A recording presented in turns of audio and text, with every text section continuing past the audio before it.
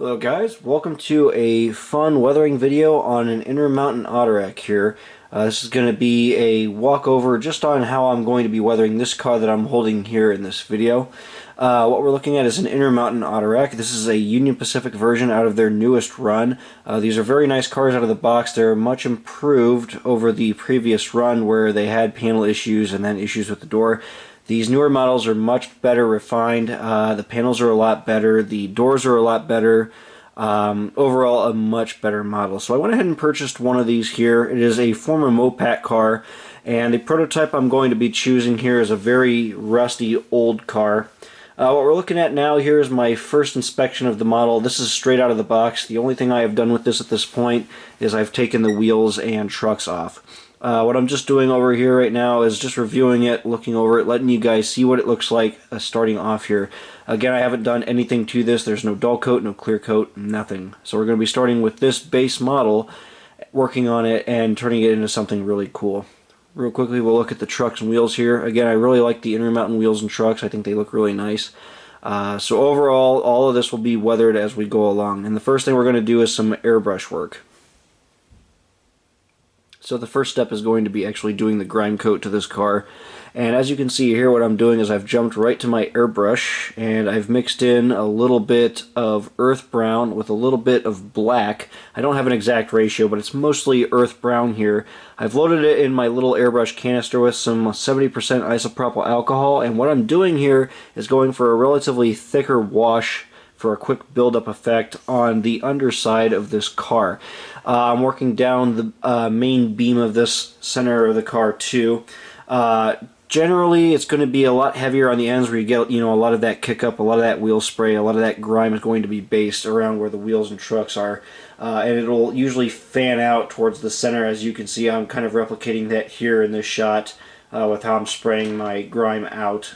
You can of course do this with a brush technique, however the brushes usually get caught on all the fine details.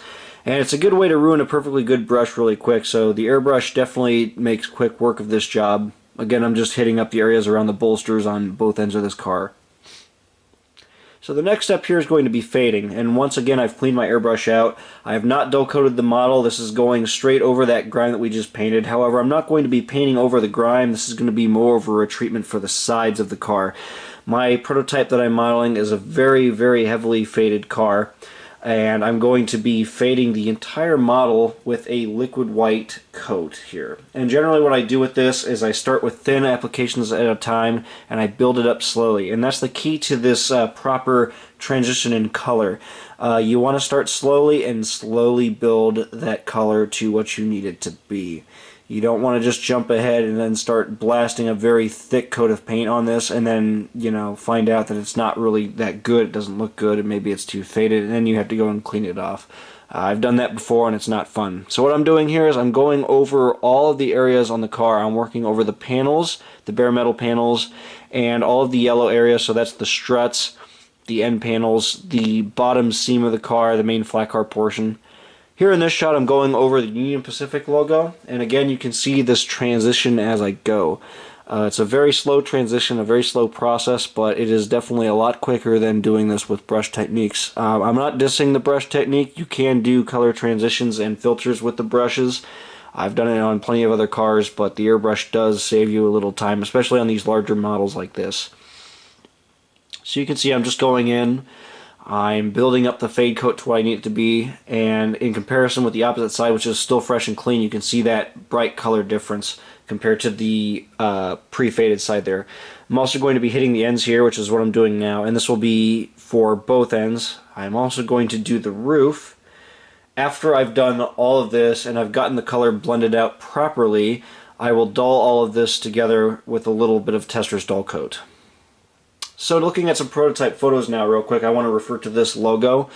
You'll notice the grime on the panels, but mainly you'll notice the Union Pacific logo, which is what I want to focus on here. I'm going to weather this separately from the car. I want to paint the entire bottom of the logo white, as you can see here, where there's basically no red striping left. And I want to darken the area on the Union Pacific part of the shield with a darker blue color. So I'm going to be doing this with a brush technique. In this case, I'm using some Americana True Blue. This is a dark blue color. And I'm going to be applying this straight out of the cap with a fine tip Atlas 10.0 brush, which I'm going to bring into shot. There it is. It's a very fine tip brush. These are great for this fine detail application process. And basically what I'm doing here, if we zoom in, I'm going to be painting the areas of the Union Pacific logo all around the blue portion, around that lettering, being very careful not to obscure the lettering. It can be a little bit tedious doing this, and you know, it's just how I personally want to do this. If you guys don't want to go this much detail into this project, you don't have to. This is something I personally want to do for my car to make it look a little bit better and really improve the overall look of that faded shield. So I'm going to be painting this blue around all those letterings and basically filling in the area. The next step here will be to fill in the bottom portion of that shield. You remember in the prototype photos, that entire bottom portion where the red striping is completely faded away. All the red is gone, and how I'm going to be replicating this is I'm going to be using some Winsor & Newton Artist oil here. This is water mixable oil, and I'm using white here, full strength, non-diluted. I've put a little bit on a piece of paper, and I'm using a fine liner brush here to apply this. And the reason I'm using the oil paint is because it's a little bit thicker and more of a thick color compared to acrylic. You can use acrylic for this, however the acrylic generally is a little bit thinner. And even if you do a thin wash, generally you'll get brush strokes and things like that. I feel like the oil, from what I've experienced so far in practicing this a couple times on a couple different cars, the oil is easier to blend and get a color transition relatively quickly to get completely white. And then my plan, basically, once I do this, will be to go and add an additional coat of oil over top of this once this main coat dries, and that will smooth out everything and take away any brush strokes that might be left behind. Alright, so on to the graffiti. And the reason I'm doing the graffiti now is because the graffiti on my particular prototype that I'm using, and by the way, I'm using two different prototype photos of a similar car, a similar number, to do this. The graffiti on the prototype is relatively old. It's early 2000s style graffiti, the kind of throw-up style graffiti you saw a lot of out on these East Coast kind of older cars like this. And I'm trying to replicate this. The first thing I'm doing here is I'm using a fine tip Sharpie to very carefully go over the panels, ribs, and the bottom portion of the car, doing a rough outline of the basic graffiti piece that I want to replicate. It's a very slow process, but I prefer it this way. You can use micron pens for this too. However, the micron pens have a very fine edge, and they generally will get damage going over these sharp perforated edges of these panels. It's something you got to kind of keep in mind. You just want to go slowly over these panels. You can paint over them, but you got to be kind of slow and be a little bit careful. What I'm just doing is the basic outline, working it over slowly, one portion at a time, and then I will go over in the next shot here and continue to just work it in. You can see I got the entire outline painted in, and now what I'm doing is I'm taking some black acrylic and I'm filling in the outside borders of the shadowing of this graffiti piece. This is a common technique you see on a lot of graffiti, especially from the older style. On a lot of this throw-up style graffiti, they'll usually do little borders and shadowing effects to their graffiti. And again, the reason I'm doing the graffiti now is because the prototype is, again, very, very dirty. The panels are very rusted, and I want to weather this graffiti with the car to make it look a lot more aged and a lot more faded and rusty. So that's the main reason why I'm doing it this way. If I was doing a newer car with newer graffiti, I would just wait more towards the end step to do that. Here now what I'm doing is I'm using some acrylic, and I'm going in here and I'm hand painting the next graffiti piece. This one is a purple piece, and I'm using some, again, acrylic paint, craft acrylic, which I personally prefer to do this graffiti, and I'm painting it straight out of the cap, and I'm doing it with a fine tip 10 brush by Atlas again, and I'm just doing the basic outline and I'm slowly filling it as I go. Regarding the panels, again, you can paint over these photo etch panels. However, you do got to take some care because you can clog up the openings, the perforations in these panels. As demonstrated here, you can see as I'm painting over the panels, I'm being very careful not to get that paint chunked up in those little perforations. I'm working slowly and stretching the paint out over these little perforations. If you do get a lot buildup of paint in those little perforations, all you got to do is take a needle. You can take an X-Acto blade, a dental pick, whatever you have on hand, a toothpick, whichever pointy object you can basically get your hands on will work. You just go in and you just poke those holes back out and clear the little clog, and that'll take care of the problem for you. So that's what I'm doing after I get this little bit of graffiti painted in. I'm just going to go in and do that. And it's just a slow process, you know, it just takes a little bit of time, but the results always come out really good. In the next shot here, we'll fast forward to what it looks like. Here you can see I've went in and I've painted all of the pieces on the one side of the car. You'll also notice that Union Pacific logo is starting to set up a little bit, starting to look a little bit more realistic. As you can see, we got a combination of different graffiti styles. I done some fine tags as well, and this were done basically with some paint pens. I used a Micron pen, I used a Sharpie pen again. Just a combination of different effects and different techniques and tools will get you this cool style and variation of graffiti. So that's one side completed, and I'm going to go ahead and do the opposite side now. So what I'm doing now here is, now that I've gotten both sides pretty much complete in terms of graffiti, I'm going to start weathering up the graffiti. Certain tags I want to fade down a little bit, in particular this burst tag here. I'm going to go in here with a little bit of titanium white, and basically what I'm trying to do is fade this graffiti piece down, because a lot of these older tags, you'll see them fade quite a bit over time. You know, they age and fade with the car, and what I'm doing is I'm taking the paint full strength, putting it on my piece of paper, and I'm using a fine tip liner brush again, and I'm going in, applying the paint relatively roughly, and I start working it out over each individual letter with this liner brush. As I continue to go on, I will add a little bit more thinner in gradual dilutions. As a demonstration here again with this zoomed shot, you can see I'm just stretching the paint over the panels, over my graffiti, and I'm stretching it out over each individual letter. Just going in slowly, taking my time, and I'm just stretching it out until I get every little aspect, every little corner, nook and cranny of this piece filled in. And you can notice the brush motions here. It doesn't really matter if you're going vertical or horizontal here. I'll just kind of vary this up until I get it completely covered.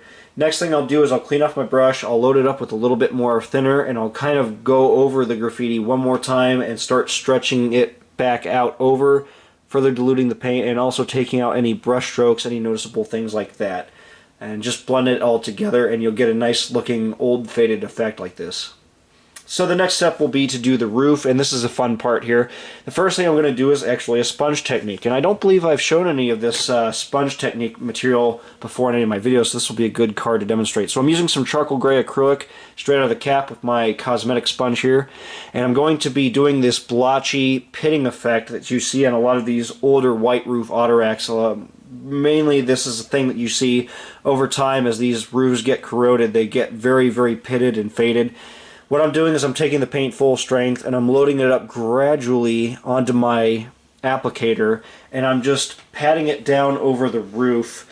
Remember that we did a fade coat over the roof along with the entire model, so it's basically a base effect, and then we're enhancing it with this sponge technique by blotching on the paint very chunky like this. And this is one of those techniques at first, it's not going to look very good, but trust me, it always gets better as you go. You just got to be patient and you got to build it up slowly. You don't want to rush into this. You can load up a lot of paint, but you got to make sure you're working it out evenly. You don't want to chunk it up too quickly because then it starts looking cartoonish. Here around the Union Pacific logo, again, I'm just being careful not to hit any of that fresh paint on that logo, and I'm just focusing all of it on the roof. Again, there's a very concentrated area of that pitting and that oxidation right there around that logo, so you can see I'm really building up that concentrated layer of paint very quickly here. I'm just blotching it on and I'm working it out carefully and slowly. The next step here will be to enhance this with acrylic paint, doing some dry brush techniques, but for now this is just the process I'm going to be using on the entire roof section. You can see it's looking pretty good there. Alright, now bringing in my trusty earth brown acrylic paint here. This is my workhorse in terms of paint. I'm using a Citadel No. 2 fat dry brush here. And I'm going to basically be doing a form of a dry brushing technique where I take a stiff brush like this. I will generally dip it into the paint, non-diluted again, and I will just only load the very tip of those bristles up with paint. I will bring it over to the model where I want to do some heavier rust patches. And as you'll see, I am demonstrating here, I just take that paint, put it in one area, and then I start really stretching it out. And a little paint will go a long way. It'll usually cover an entire section of that panel, like as you see here. And I'll just change up the dilution. I'll just lightly brush it on, and then I'll kind of scrub it in. I'll just vary up the motion as I'm going in here. You can see I'm just kind of fanning it out very randomly.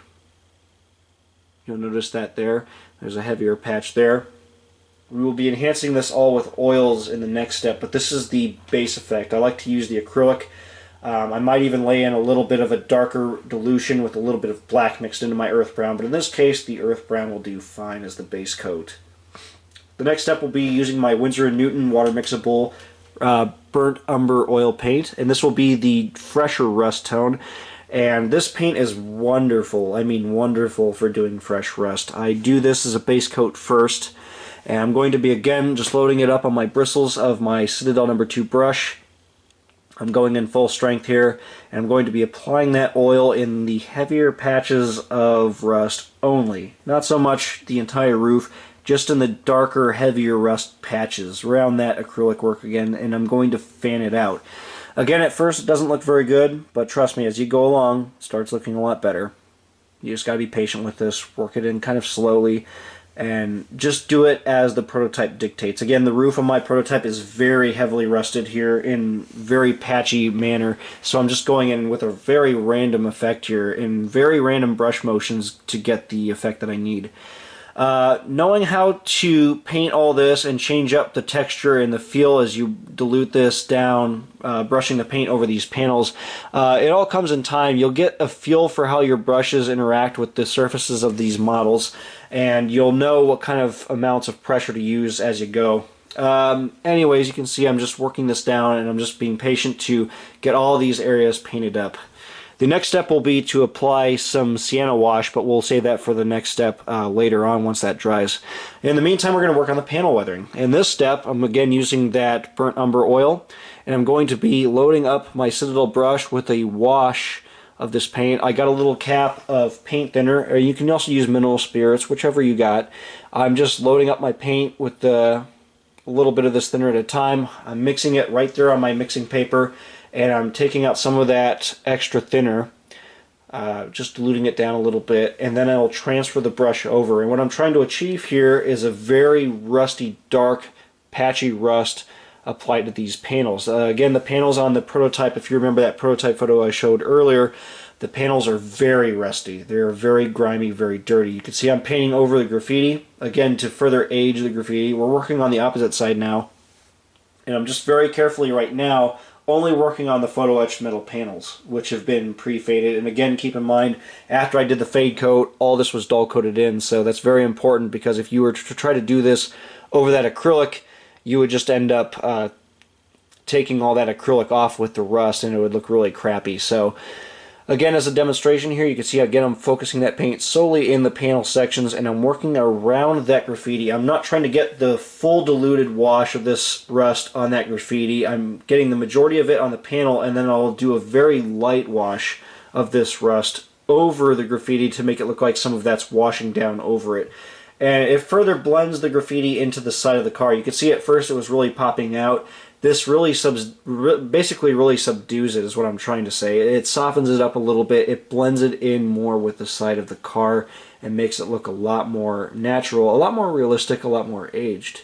You can see there's that at you tag there. It's going to be the same process for that. However, with that one, I'm going to try to keep it a little bit cleaner and not try to get as much of that paint on that graffiti tag there. Just working it in slowly, one little bit at a time there. You can see that Union Pacific logo. I've actually applied that whitewash to it, and it's pretty much finished now. You can see it's looking pretty good. And now I'm taking more of that wash, and I'm going to start applying that to all the yellow trim portions of the car. So the upper struts, the struts running between the photo etch panels, and then the support panels there.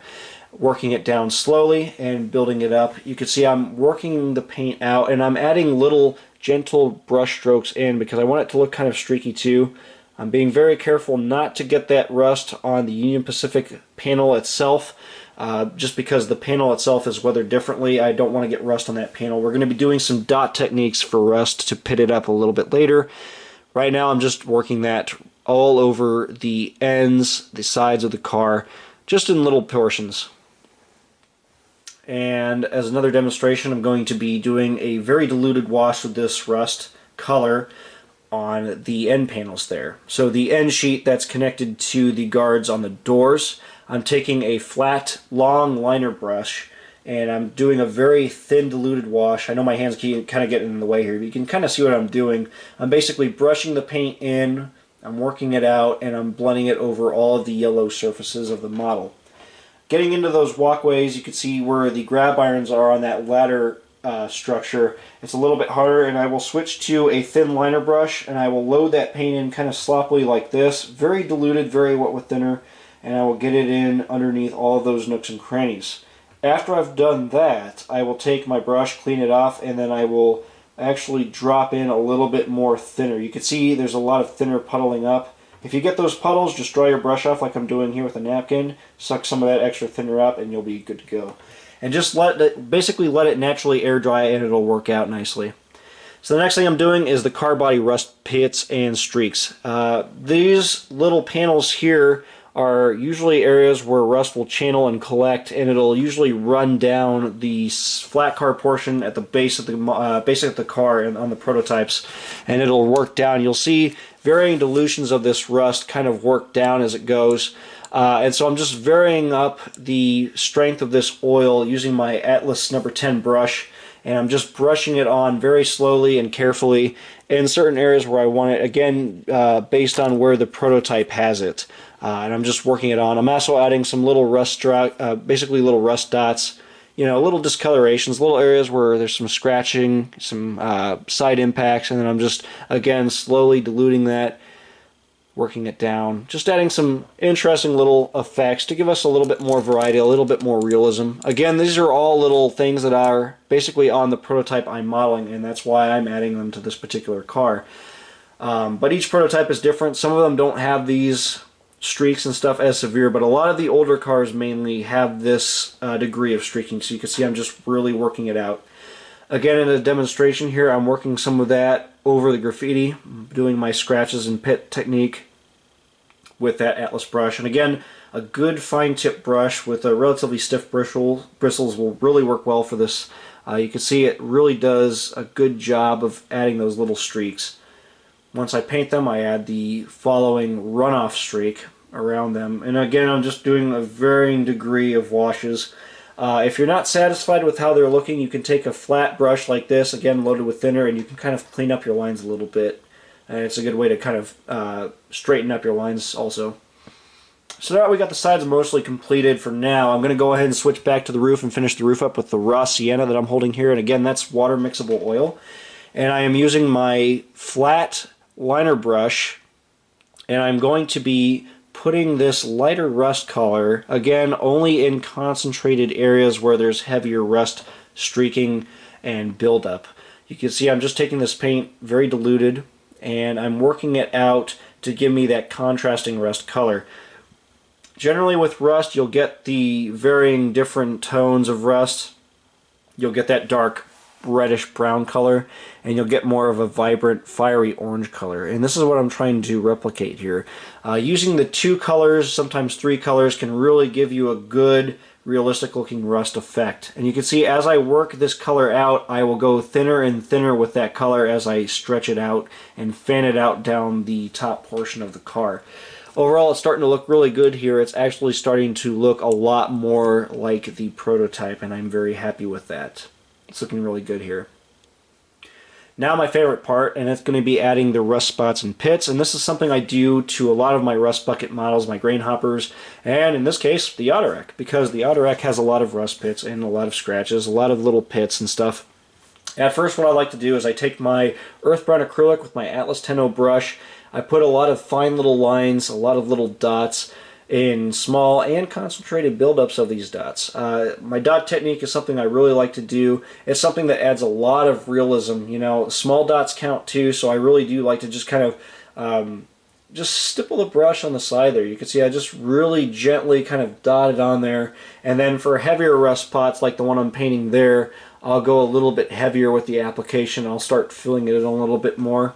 and I'll just kind of keep working it out. And again, when you're painting rust dots like this, go for a random manner. Don't try to paint a perfect dot because it's a little bit more unrealistic. I try to go for random shapes and trying to keep it, looking very random because rust is not perfect. Again, I'm just adding some little rust spots here and there. And there you can see I'm actually adding a few of those little dots and stuff to those panels. Now that we've zoomed in here, I've switched to some earth black. And I'm going in and I'm putting a little dot of that black paint, non-diluted, right in the center of that rust dot. And the reason I'm doing that is because I'm trying to model the center or the heaviest, most oxidized portion of that rust pit. And we'll enhance all of this with the oil wash here in the next step. After I've let that dry, I'm going in and I'm taking my Winsor & Newton burnt umber oil and I'm applying it full strength to the areas in the center of the rust dot. And again, it's full strength. This is non-diluted. It's not loaded up with any bit of thinner. It's full strength, so it's very tacky. Just be patient with it. It's a little hard to work onto, especially with a fine tip brush, but just be patient with it. The results look really good when you get to dilute this down in the next step. I'm just going in and adding where I want some fresh rust streaks to be and just enhancing that with the fine tip there. So now what I've done is I loaded a flat liner style brush with a little bit of thinner. I've taken some of the thinner off, but the bristles are still relatively wet, and if you watch that brush stroke action, watch as it grabs the fresh oil and pulls it down with the thinner. That's one of the wonderful effects you can achieve with oil paint. You get these really, really wonderful looking effects. Now I'm going to start working on the panels again to do the streaks, and there's a lot of rust streaking coming out of the bolt panels on the actual panel brackets there. And I'm modeling the individual streaks by painting it with another thinner, smaller liner brush loaded with a little bit of thinner, mostly oil here that I picked up off the paper. I'm doing the stroke with my brush at first to get the basic streak. If it's a little thick and maybe a little too bright and vibrant, you can go back with that flat liner brush and you can go over it and blend it out a little bit. But in this case, the rust streaks on this car are very pronounced and very defined. So I'm going pretty much full strength and I'm working that paint down, as you can see as I'm doing here. And again, this is a little bit tedious, but it does pay off in the end because you get some really realistic effects with this. Again, I'm just working that paint down, going slowly, building the color up, and really focusing most of that paint at the top portion. It's always going to be the most heavy and darkest layer of rust at the very top of that streak, and it's going to thin out as it goes down and travels down those panels. Alright, so moving on to the ends now. This is going to be the same dot technique as we demonstrated on the sides on those end panels. It's just going to be painting the main center of the dot with the acrylic paint, and I'll vary this up with the earth brown and a little bit of black with my flat liner brush here. I can also use the Atlas number 10-0 if I want to do some finer dots, but the rust pits that are on the end of this car are very significantly large. Paint's really gotten eaten away on this thing. It's pretty bad. This is actually one of the worst looking ones that I've seen in a while. In a progression here, you can see I've painted a lot of those dots, and again, now what I'm doing is I'm going in with that burnt umber oil. I'm adding the paint to the largest portion of the rust dot, just putting a dot. You don't need to chunk the paint, you just need a basic dot. It doesn't take much oil. A little oil here goes a long way. You can see I'm being pretty sparing with that oil dot. It's just literally a quick dot, and I just will kind of fan it out in those larger patches until I get the area I want covered. Make sure you get all of your little dots as fine as you can. Again, it's a little hard with that oil because of how tacky it is, especially with the fine tip brush.